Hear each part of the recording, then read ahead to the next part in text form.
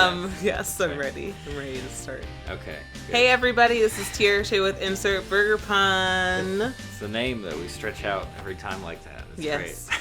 It's like Yes. a stadium events. It's great. Yeah, we're watching an episode of the show. Oh, I guess we don't do that on the podcast anymore. Yeah, we are. Well, we don't watch it live. Oh yeah, no. We're not watching it live. So today we're just instead gonna we already watched it and then now we're gonna talk about it. It's a very complex process. It's a very, interesting structure. Very 2021 of us. Very complicated. But yeah, we watched the episode and now we talk about it for a while. And we picked this one out. This wasn't random. I know we did random picks sometimes, right? Mm-hmm. But this is not random at all because it's a really good one. Yeah, you were the one who said that this is the one we were doing next time. So I took that as you like it and we're going to get a great... Did you not agree? No, I completely agreed, but episode. I think I played soccer growing up, so of course I'm going to connect with it, but right. What do you do? What do I do? I can't connect with sport. Yeah. Sport is unfamiliar to me. Should we at least say the name of the episode? We haven't. No, this is great. It's building tensions. Cool. Everybody can guess. Well, you gave the big clue. Soccer is a big clue.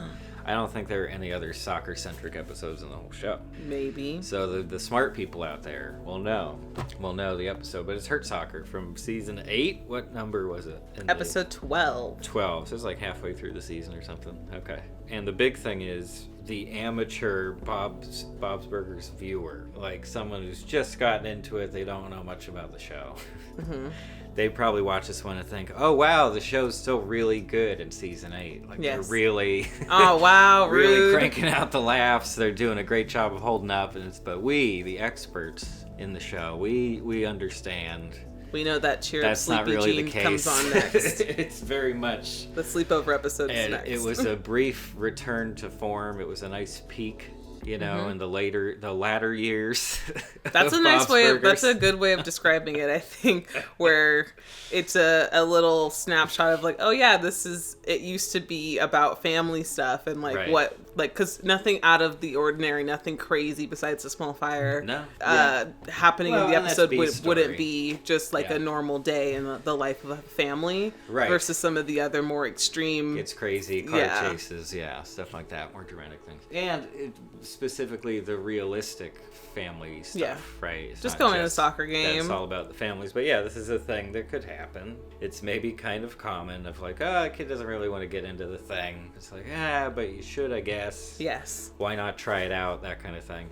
You may like it. But that's all about the A story. The B story is kind of weak, I think. It's just fine. Like, I wasn't going to talk much about it. No, we don't have to. Even the episode, I feel like they give it a very small amount of time. It's because there's not much that they can do with it. No. A lady shows up, there's an argument, things are resolved. That's pretty much Merkin, the whole thing. Twerkin Matilda Merkin. The piano teacher at school comes in while they're doing the piano bar, show tunes, they and just mouth. happen to be doing the piano bar day. Yeah. Then she shows up. The day that she's having the upset with her family or with her sister Sheila. But yeah, it's not important. That whole plot is fine. We don't really have to think about that too much. Even though there are a couple funny lines. But no, it's the main story, which is... Can you break down the basic story for us? So the main thing is that Louise finds out that her parents signed her up for soccer after a very sarcastic exchange of words. And they got called to go in to the last game because they have been absent the entire season. Right. And Louise is like, oh, hell no, because I want to watch this, American Gladiator type show with my dad, because I love my dad so much. And watching TV. TV with my dad. Which is set up previously. So they end up having to go to the soccer field and find out that Bob is also coaching. Not only is he there to watch his daughter, but he's there to coach his daughter and other people's daughters. That's right. And Tina goes because Tina has to make sure that they are held accountable and don't try to go home after like 5 seconds. So I definitely noticed that Tina's character definitely has to go with them. Otherwise they would have just left and came straight back. Yeah, right. And she is the assistant coach. It's true. A lot of roles. Boom. In the episode. A lot going on for And Tina. we meet the very stereotypical Kayla, like the very good soccer player with the headband back a little bit too much. and the coach that is a little extreme, and the parents who are basic. That's the basic premise. And there was one thing at the end there that reminded me. Yes, that was a good breakdown. That's a good setup for the whole thing. But yeah, in particular, I had the thought that, you know what, like in the episode, the level of like competitiveness that we see in the, you know, the kid and coach of Bad Team, that actually seems like it would be kind of fun if it was in your local sports children's scene where like people who took it really seriously. Oh, it wasn't a big deal. Kids were on board. It wasn't a big deal for where you guys came from, because that team was very average team. Here's where I want to make the distinction, though, and maybe it was heightened here because it's California and people are a little more dramatic sometimes. What? Or what? Very enthusiastic about things that are happening in their life. Oh my gosh! I don't think we get. But that's the thing, is I was thinking, okay, growing up, yeah, there are people who get like way too into it, and it's embarrassing and bad and ugly and all kinds of stuff, right? Mm-hmm. But that's a different kind of. What we see in the show is very much like a goofy, cartoony, obviously. I take this seriously. Yes. But no one cares. No one's like, they're bad. No, it's fine. It's just they happen to really care about this. And if the kids were that involved too, that'd be kind of fun. You have your rivalries playing out. You know, it gets very dramatic. Yeah. You could sell a lot of tickets to games. I wish that Kayla's character was Delia from the bounce house. Delia. I don't know. The one who had the bounce house with Rudy's birthday. Oh, it kind of sounds like the same voice. It does, but I think it would be even better because there's already that standing I don't like you-ness. And of course she'd be better at soccer because she's rich. Right, yeah, they think they're King's Head Island people or something. But I don't know, I think that's kind of fun if it's a goofy, competitive spirit going around. That would be kind of neat. Even though I wouldn't want to get involved personally. You like the coach banter. You like the female coach and Bob's banter a lot. It was a good back and forth, in the episode. And actually, maybe I should say this towards the beginning, because a lot of what is good here is the writing that's going on and the acting is really good, right? Mm-hmm. And I looked it up. I did my research into the episode. Oh, boy. And tracked down at least the writer and director. I didn't go into other specific cast member stuff. But the writer is, hold on, I wrote her name down too. Rachel Hastings. Okay. When I went to look up her stuff, not a writer on Bob's Burgers. She was working in other departments. She was a dialogue coordinator apparently for years and years on the show. This is the first episode she wrote, just coming off the bench and doing a really good job just out of the blue, I guess. And the director too, Damon Wong is his name. Yes. And it's his first time directing anything. He's just an art department guy. He's worked on Bob's, and he also worked on home movies, which is a whole other part of the episode that we can talk about. Yeah, I wanted that to happen for sure. Right. But kind of crazy that in a pretty late season they just had, okay, you're not a writer, it's fine, you want to write an episode, cool, go for it. And a guy who just wants to direct, and all of a sudden they happen to make one of the best episodes since, like, I don't know, season 5 maybe, at least in my opinion. So it was very impressive. Did you know that this was the least viewed episode in season 8? Really? Mm-hmm. Wow, that's very sad. Whoa, the people don't even know. Well, it was mid-season, people are watching a little bit less. Yeah, Rachel Hastings is the Bob's Burgers comic writer. Right, she writes on the comic as well. That's dope. Yeah. And she took inspiration from her own father coaching her soccer youth team, but he didn't have any coaching experience. So it was very personal. I wonder if she used Pelican Brief and the Firm as shin guards, which you definitely can't do. If you notice, just a little nitpick that I'm sure nobody paid attention to. But when she's putting the books inside of her socks, they seem to shrink down all of a sudden. Yes. To the size of knee pads. Yeah, right. I thought was shin guards. Not knee pads, because she doesn't have, that would be tough. She doesn't have knees. Over your knees. I guess they don't have knees, do they? Mm-mm. Not really part of the Louise looks so adorable in her PE uniform when Linda drags her out. Mm-hmm. Her just little feet, poor thing. This unique setting gives us a really good opportunity to have fun kid characters from school, but they're not in school, so we don't have to have the usual restraints and all that kind of stuff going I'm a big fan of Harley, and this was an episode just showing how much Harley wants to be Louise's friend. Right, she tries, and she even though she's scared of Louise, she still wants to be her friend. Yeah, they're just sharing. And who else? We have together. Jody, Rachel Dratch, who's there, right? Which I thought maybe it would have been better. Like, of course, we understand later that Louise is a better goalkeeper because of her slapping abilities and whatever. Sure. But my brain first thought, like, wouldn't Jody be best? Because she would just be like, get the ball away from you. Keep it away from the goal and keep it away from you. I feel like she would run away from it. Well, she'd have gloves on, so we'd be like, these are your power gloves. You gotta use them to... So lie to her. Modify a child's thoughts. I don't know. Oh no. Jody's in it. Mara is in the episode. Yes. Do we get any other named characters on I don't the team? think so. Probably not. Oh, and the girl whose parents are getting a divorce. I forget his And name. Mara's voice. Mara's voice is Melissa Gowski. Yeah. Yes. Right. And where's she from? Okay, so now it's the home movies part. Yeah, a lot of the episode is kind of an homage to home movies, which is another television show from Loren Bouchard when he was younger. He apparently was working as a bartender. I forget in which neighborhood of LA, but like made some connections. I was I have an idea for a show. Apparently home movies was the one that he first got to do, like late 90s. No, it had to be early 2000s, I think. So a long time before Bob's, which started in another year, maybe 2011. And Home Movies is a show about 3 kids in 4th, 5th grade, and they make home movies that are based on very serious adult movies from the real world. And H. John Benjamin plays 2 different roles. In most episodes, he plays Coach McGurk, the soccer coach who doesn't know anything about soccer, and he plays Jason, one of the kids, in the same way that he plays Jimmy Jr. and Bob in Bob's Burgers. And there's a guy named Brendan Small who was his name in real life, and he is a musician guy, a comedy guy. He got brought in by Loren Bouchard. They're going to work on the show. And they named the character the same thing for some reason, and he is the character we see outside the porta potty. Yes. When the referee That's what I was going to say. I'm like, I knew the one part.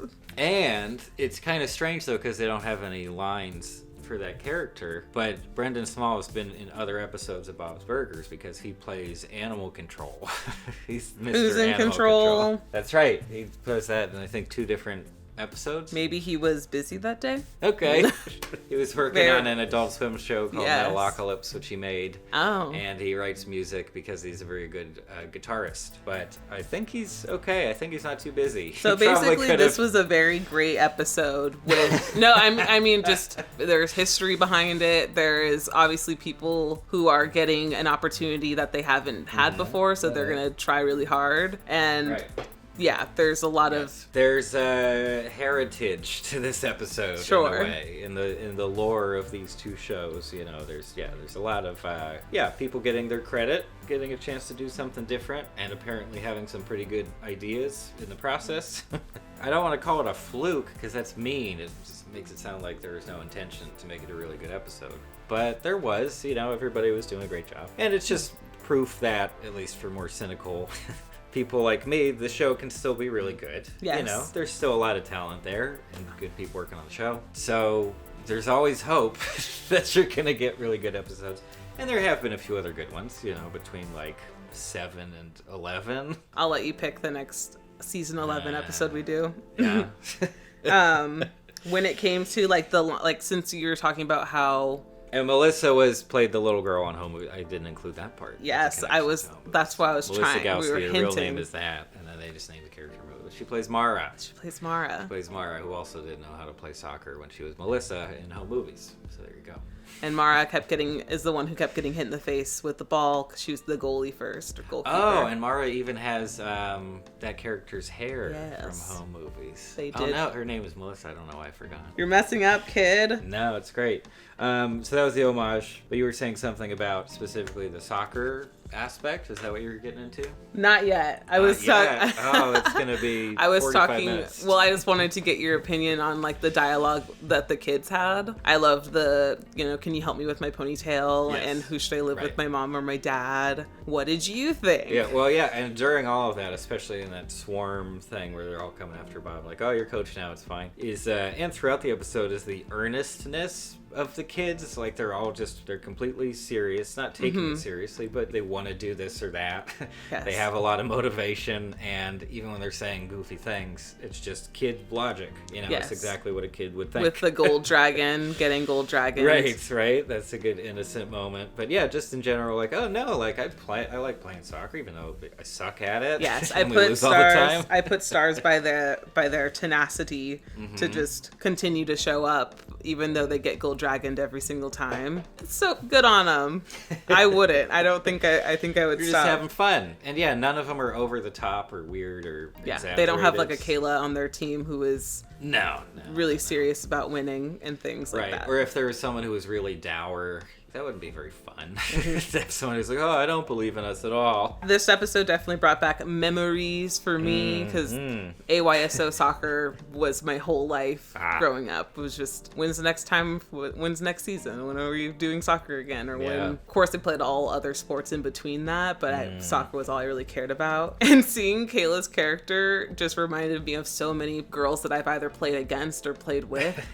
And they were spot on, and even the dynamic between Kayla and her coach. I had a coach like that in high school, and we called him by his because he would wear a sweatsuit, and the pants were the American flag. And him and his wife, who was so scary, their coaching style was very abrasive and very loud and very similar to this female coach from this episode. So I felt connected to them, and even the imploding of the team, of how the only reason that the Gold Dragons were able to score was because the Blue Thunder team were fighting each other and throwing grass at each other. That's definitely happened. Not people scoring on us, but us just yelling at each other on the field and things like that. So that I connected with. Yeah. And Harley's kick was everything to me because we've all